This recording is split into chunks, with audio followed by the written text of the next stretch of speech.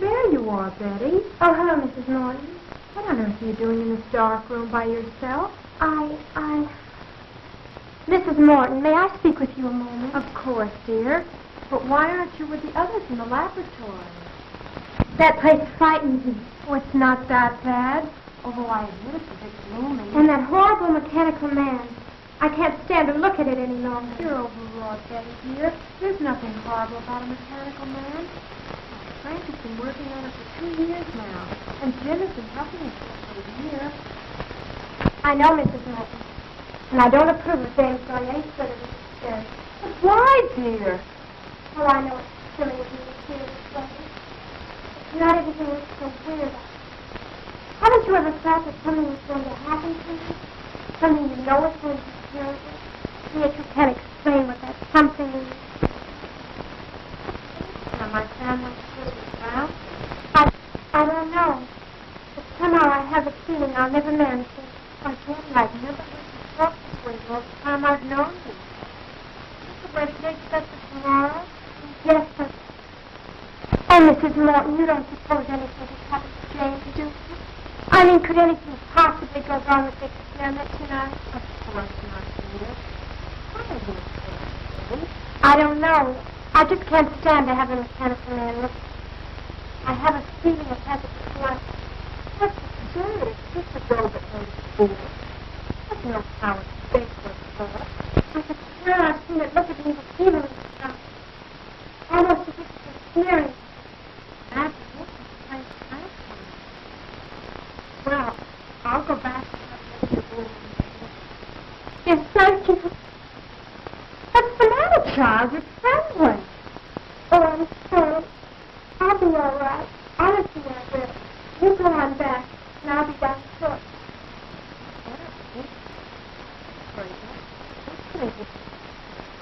I'm sorry, Mrs. West. I'll be my brother. You go on. That's it. Lie down. Oh, Jim, what am I going to do? What am I...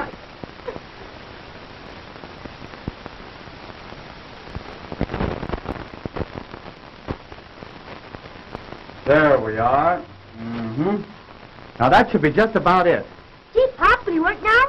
I hope so, son. Oh, Uncle Frank, are you going to make him walk? Yes, in a few moments, Janet. Oh, I'm so excited. Good. Will he be able to talk too, Uncle Frank? Of course not. Silly Uncle Frank told you that 20 times yesterday. No, Mary's right, Janet. You see, this is just a mechanical man. He won't be able to talk. That's about the only thing he won't be able to do, though, Janet. You're right, John. The doctor's mechanical man will be able to do about everything a human being can do, except talk. How do you feel now that your work is now completed, Frank? Wonderful, Jane. And I want to thank all of you for standing by me. You've all been a great help. And without you, I don't know what I'd have done. Well, it isn't every day that one has a distinguished brother who invents a mechanical man. And I certainly appreciate the opportunity you've given me, Dr. Morton, by allowing me to assist you in the experiment. That goes for me, too, Dr. Morton. Well, I've learned more in the past month than any of my college classes taught me. You're all very kind, but our work isn't finished yet. We still have a few more things to do, and then we'll all know whether our time has been wasted or not. I'm afraid Betty doesn't share our enthusiasm for the mechanical man, Doctor. Yeah, and she was crying when she left. How do you know? I saw her and she had her handkerchief up to her eyes. Crying? No, what on earth for? The girls are right, Dr. Morton. My sister seems to feel there's something wrong in what we're doing. But that's foolish. There's nothing to be afraid of. I know, Dr. Morton, but Betty is a very sensitive girl. She feels that we're exceeding our limits. I'm sure she'll feel differently when she sees the results. Perhaps I'd better go to her. No, James. I know my sister pretty well. It'd be better to leave her alone for the time being. When are you going to time out, Pop? Patience, son. Patience. Now, so hand me that iron, John. This one? Right.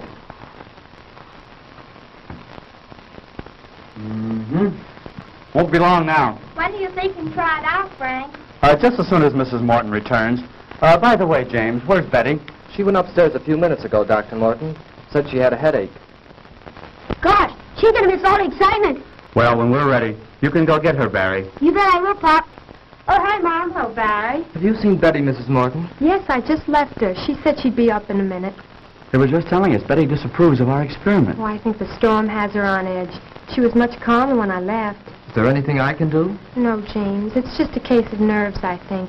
Anyhow, let's give her a few more minutes alone. Well, if you think we should. We're just about finished, Madge.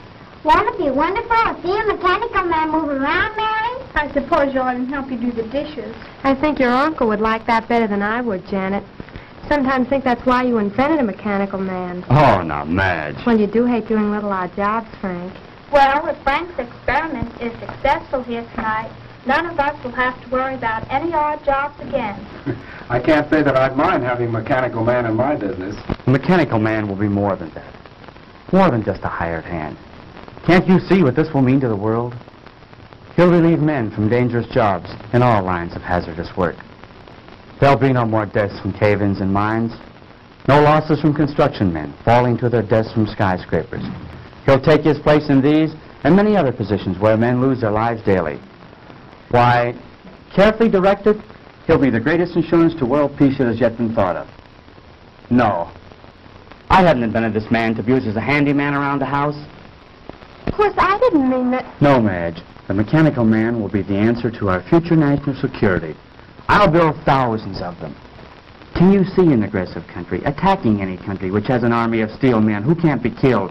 But, Dr. Morton, I thought you were interested in this purely from the scientific point of view. And I am. But if I can give the world more, I'll not stop there. Now, Frank, don't get excited. Believe me, my friends, I am not unduly excited. But the prospect of what we are about to create here is tremendous. I can't help being carried away. Why don't you try him out, Pop? You're right, Barry. I won't let myself get carried away until we see if we really do have a mechanical man who can do all these things. You mean you're going to do it now? Yes, now. Could I help you, Uncle Frank? What could you do? Well, Uncle Frank said we were all going to help him. Didn't you, Uncle Frank? Well, yes, I did, Janet. But I'm afraid there's nothing you girls could do right now except give us your moral support. Is there anything I can do, sir? Yes, James. Would you connect that line for me? The one over there on the other side of the bench. Right. And, John, if you hold this left arm in place, we'll make that final adjustment we were about to make before Mrs. Morton come in. Higher. Certainly, sir. Can I help too, Pop? No, I'm afraid not, son. You stand over there with Mary and Janet. There'll be plenty you can all do later on. Oh, gee, I don't ever get to do nothing. You come over here by me, dear, and stay out of your father's way. Oh, gee. I think we've got it. That should do it, Dr. Morton. Well, I guess that just about gets it, sir. Good, good. Now we'll see if all our work has been in vain. Here, give me a hand. Oh, Betty, we didn't see you come in, my dear. Darling, you look so pale. I'm all right, Jim. I've been worried about you, but Mrs. Morton said to leave you alone for a few minutes. Yes, I'm afraid I've been behaving rather badly. Everything seems to be getting on my nerves now. Well, everything will be all right now, Betty. I'm glad you're here. We're just about to prove our experiment. Dad can make them walk, Betty. That's fine, Barry. I'll be with you in a moment, dear. Please go on. Don't let me interrupt your work. Come over here by me, dear. All right. Now, James, if you pull the switch up there. Right.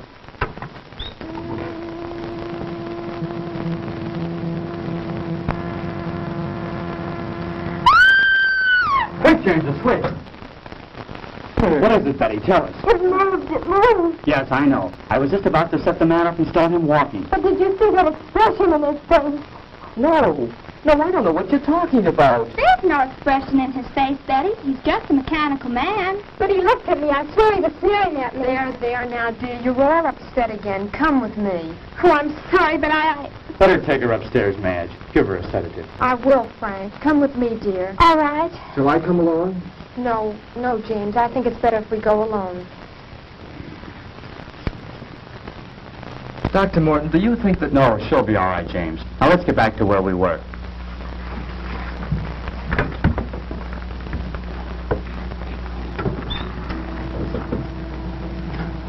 Hey, Pop, he moved. I believe it's working, Dr. Morton. Oh, Frank, he does move. He does. Mary, let go of my arm. You're pinching me. Isn't it wonderful? He moved. He really moved. Now we'll see how he reacts to my directions. Oh, Frank, he almost seems human. Yes, this exceeds my wildest hopes. He's strong, too. Just feel the resistance in his arm. I can see what Betty meant now. I could swear I saw him sneer just then. That's nonsense. This is a man of steel, John. He has no mind, no willpower of his own. You're all overwrought. As you know, he's controlled by voice impulses. Take one step forward. Wonderful. Wonderful. Now walk forward. Return to the bench. I said return to the bench. Stop him, James. Back. Back to the bench. Oh, so that's the way you want it.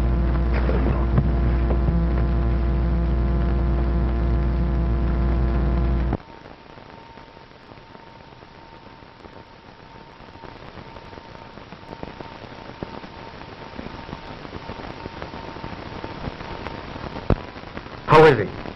Just seems to have had the wind knocked out of him. What was that? It sounded like Betty. You take care of James. I'll go see.